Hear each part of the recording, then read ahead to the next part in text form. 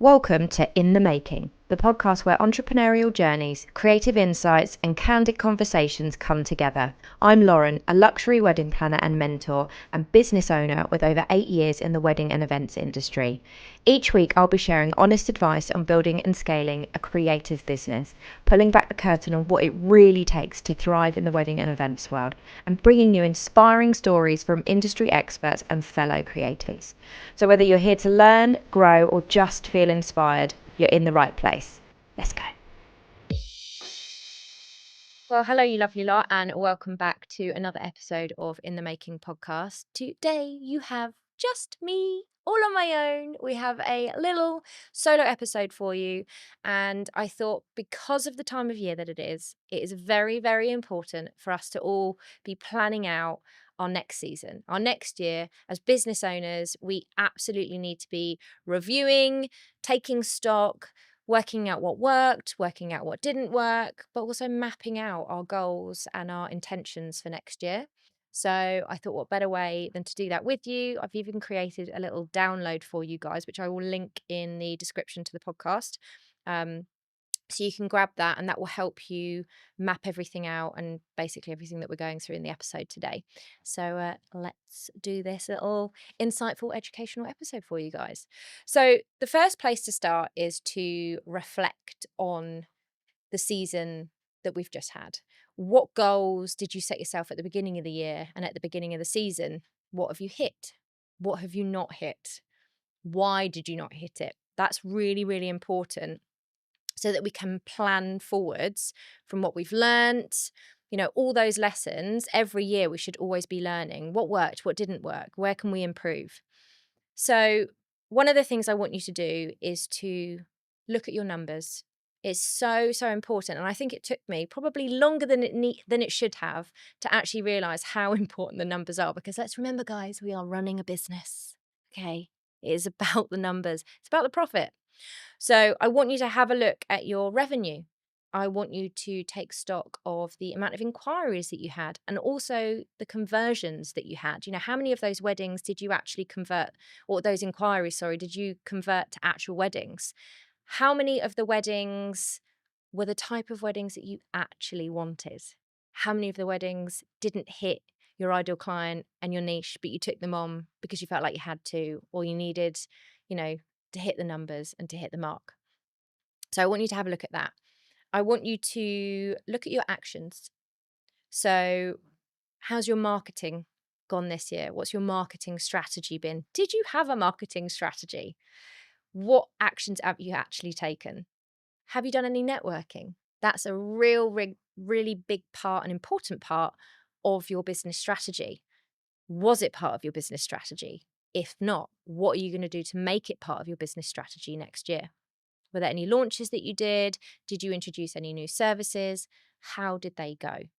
I think it's also good, so just jumping back to the marketing actually, have a look at your numbers on your socials. You know, make sure you're reviewing all your analytics. What growth was there? I don't think it's all down to the growth on socials. I think back in the day I would have said that it was, and I literally was tracking all my socials. I mean, I have all my planners from I think about 2019, maybe 2020. I actually had a look through them the other day. And at the beginning of each of the planners, you can see all my goals for each year. And it literally was hit this many Instagram followers and hit this many YouTube followers and et cetera, and have, I don't know, all these sorts of stats. And they are important to a certain degree. But at the end of the day, it comes down to the inquiries, the conversions, and your profit. Because your profit is actually what makes you a business owner, not just somebody having a go or having a play. That's a bit harsh, but it's the truth. I want you to have a look at your energy as well. What lit you up this year and what drained you this year? What worked, what didn't work? What were the red flags that you really need to be listening to and you didn't listen to, and then drained that energy and just stressed you out? What can you be doing to change? What balance do you need to change? All those sorts of things. I want you to literally just brainstorm everything out and write down all these different factors. So one of the things, for example, from our own processes was this year we have introduced, Actually, we introduced like a break in August, and that has worked extremely well. So we closed the office for 10 days at the end of August. We told our 2026 clients that we were slowing planning on their weddings across August and just focusing in on the current weddings. And that really helped our whole systems. It helped us really focus in on the weddings that we were currently doing. But it also helped us just find balance, which was definitely needed, especially as mums in the summer holidays juggling peak wedding season. That's a lot. And I know that a lot of you will relate to that. So that's a system that we added in this year that really helped. And we've kind of marked that down and gone, that's great. We're going to use that next year. There's also things that, we'll look at and go, that's not working. How can we update that? What can we tweak?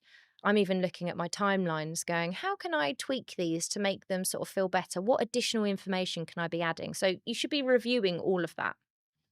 The next step, once you've done your reflections and your review, and you've kind of taken stock of, did you achieve what you wanted to achieve? Have you got to where you wanted to get to? You then need to define your priorities. So we're still in Q4 right now. We have time to hit some of our goals for starters, like before the end of the year, before we move into the next quarter, and before we move into the start of 2026.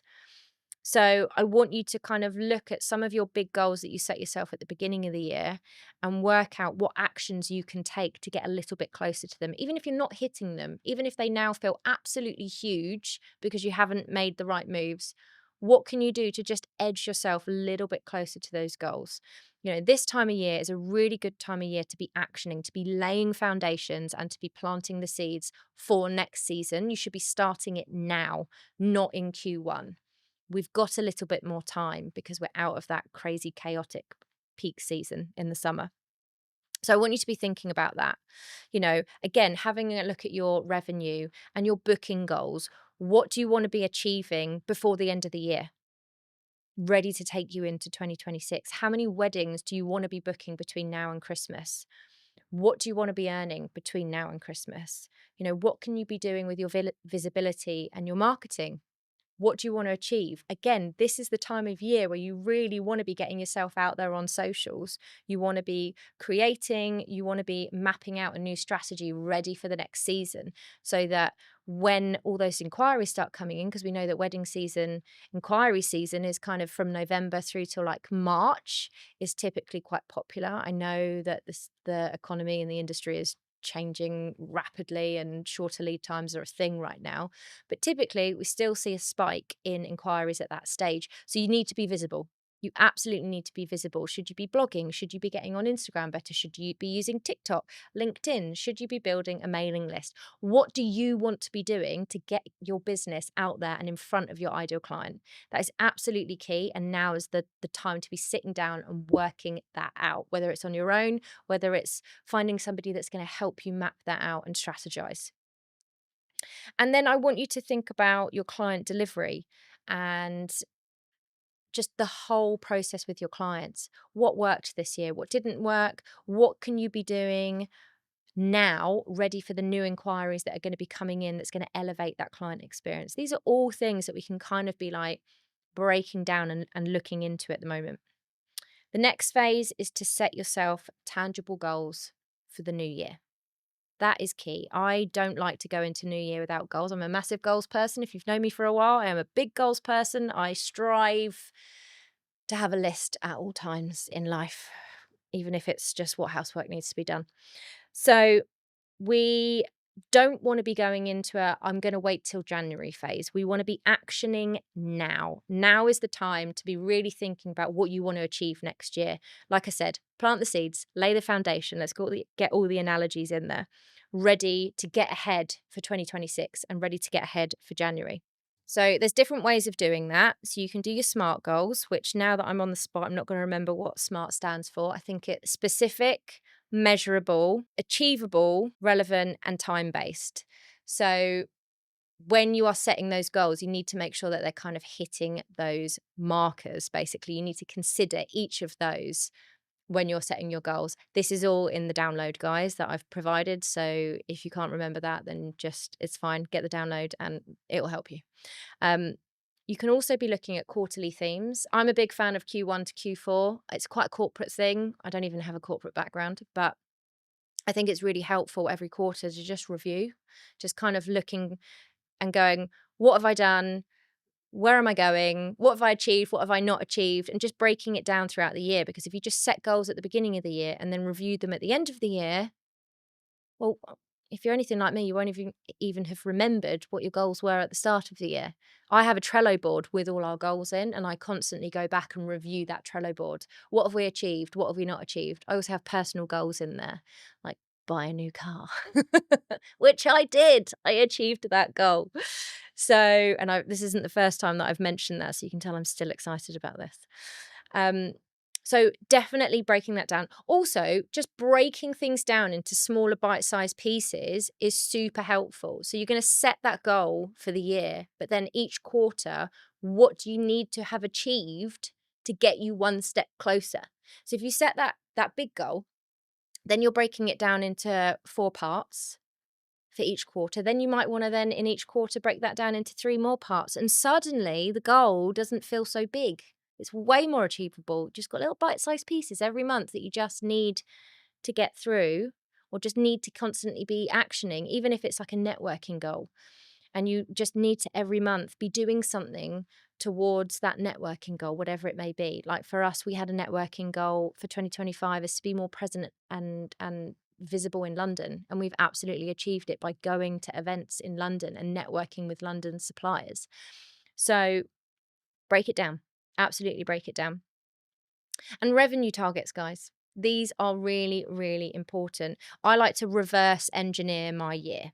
So I'm not going to go, I want to get 17 weddings and I'm going to charge this much and no. I'm going to decide what I want to earn for the year. What do I want to earn? What are my expenses? This is how much everything costs. Then I'm going to go, okay, fine. What do I want to pay myself? Right? I'm looking at that. And basically, then I work out what I have to earn. And then I break that down and work out how many weddings I want and what I need to be charging for those weddings and what level those weddings need to be. So I reverse engineer the whole thing. And I can tell you that I want 6 to 7 weddings for 2026. That is it. That is all I want. They are big. They are 3 days. They are fucking beautiful. But that's all we need. That is all we need. And then we can give them the focus that they deserve.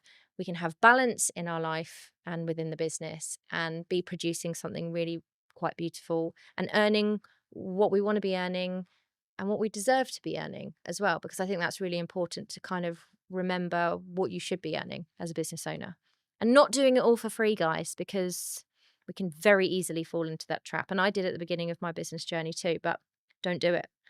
Think about your revenue. Think about your profit. Really, really important. So let's tie those goals down. Let's think about the long-term vision. Do yourself a vision board. Get on Notion, get on Trello, whatever it is. Get some pictures in there and really set those goals. Whether it, you have to have a revenue goal. I'm going to hammer that in. Whether it is a marketing goal, whether it is a networking goal, whether it's a client experience goal, whether it's a service goal, whatever it is, get them in there. Get the vision board going. Get some personal goals in there.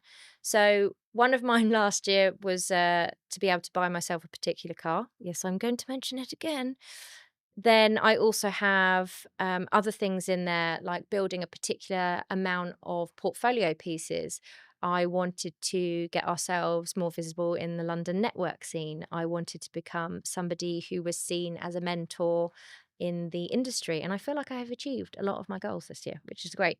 So get those in there, personal ones. Next step is to build a simple action plan. Okay.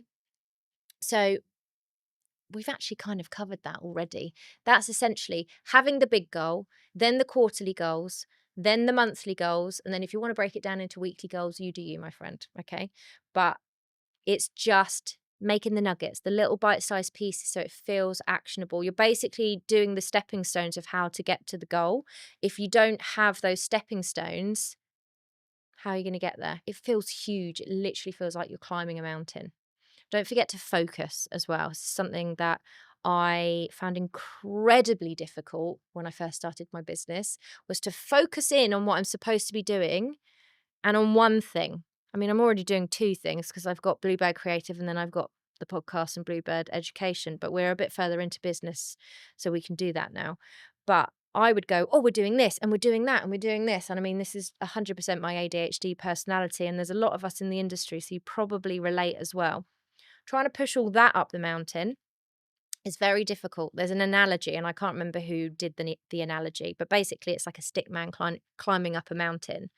And when he climbs up one line on the mountain, it's very easy. Well, I say very easy, still climbing a fucking mountain, but it's a lot easier for him to get up the mountain because he's going in one direction. When he's trying to push all the boulders up the mountain with all the ideas, it's not as easy. It's a lot harder. So really just try and focus in and do one thing at a time if you can, if your personality allows. So we're building that simple action plan. We're making that action plan a little bit easier. Okay. I want you to consider your growth for the next year, where you want the business to actually be going. I want you to think about your systems and your habits. Okay. What systems worked? What systems did not work? What habits have you got within the business, but also personally? Because I think as business owners, our business takes over our life. It's so easy to just let it leak into the whole of our lives, and we end up working all the hours. I mean, you'll probably, if you were a corporate girly, for example, you probably were working a 9 to 5 and now you're working like a 7 till 10. You know, it's ridiculous. It just leaks in everywhere, and you need to set those boundaries and you need to find that balance and find good habits. So, for example, I now go to the gym 3 times a week, and I have built that into my work schedule and into my systems. I don't take meetings or calls on Mondays and Thursdays because I don't want anyone to see me in my gym gear, basically. And I will go to the gym in the morning, not super early, but enough that I'm then not at my desk until 10. And I have built that into my work schedule. Nat knows that as well. She doesn't book any meetings in on those days, and she knows that I'm going to be in later because I'm going to the gym, because I'm making that time for me, and that has become a habit. I also make sure I take my collagen and my creatine, and I've linked that in. I've done Atomic Habits here, linking in the daily habits. If you haven't read Atomic Habits, then you have to. Okay, you absolutely have to read that book. It's amazing. But I have linked that into my daily coffee. I actually put it in my coffee. But my coffee is a non-negotiable for me. It's a habit that, I mean, I have many, many coffees a day because I have an addiction to caffeine. And I think I'm unintentionally self-medicating my ADHD with caffeine, but that's a whole nother story. But basically, I've linked that in to the coffee, which helps. And then I'm doing something for me. So build some habits for you as well, not just the business, because, you are the most important part of the business. And if you're not looking after yourself, that's not okay. Then I want you to be thinking about your word of the year. So 2026, what do you want that to look like? I am a big fan of the word of the year. So my word of the year, I have decided or word of 2026 is flourish, because I feel like I have laid some fabulous foundations, planted all the seeds. Yes, I'm saying those analogies again. And I now just want to see that flourish and develop over the next year or two.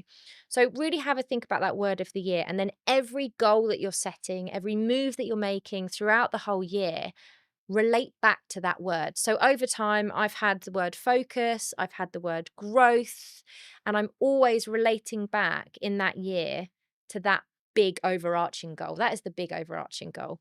So what do you really want to see happen in your business next year? And really think about that word of the year, and stick it up on your wall in the office if you have to. And remember, that is the overarching goal for this year. That's what I want to achieve. I want to achieve growth. I want to achieve focus. I want to achieve calm, whatever it is, balance, whatever it is that you want to be achieving next year. Get it into a word, get it up on your wall, and then focus everything around that. Focus. And then finally, kind of an end of year reset. What was your proudest achievement this year? What really stood out for you? Were there any moments that you thought, wow, that was absolutely incredible, I achieved something huge here? I we've got to end the year on a positive. I think that's really, really important. So there we go, guys. Not too complicated, but I would say that this exercise is extremely important to building a successful business and having growth and seeing, well, success, because you're having to review and reflect what you're doing. You're having to look at your actions instead of just kind of like blindly running out there and hoping for the best. There has to be strategy. I mean, I'm all in for just jumping in and doing it. That is possibly one of the biggest pieces of advice I would give you, is to just do it. If you're listening to this and you're thinking about setting up a business in the wedding industry, just do it. Set these goals, do this strategy that I'm giving you, but just do it. Be confident in yourself, be confident in what you can do, and just get out there and go. But this is really, really important to help you grow a business successfully with strategy. So I hope this was helpful. As I mentioned, there is a free download for you guys, which I've linked in the episode description, so you can grab that there. Any questions, feel free to just DM me on Instagram at @BluebirdCreative_education. DM me any questions. I'd be more than happy to help you guys. But yeah, I hope you found this helpful, and I will see you on the next one. See you later, guys.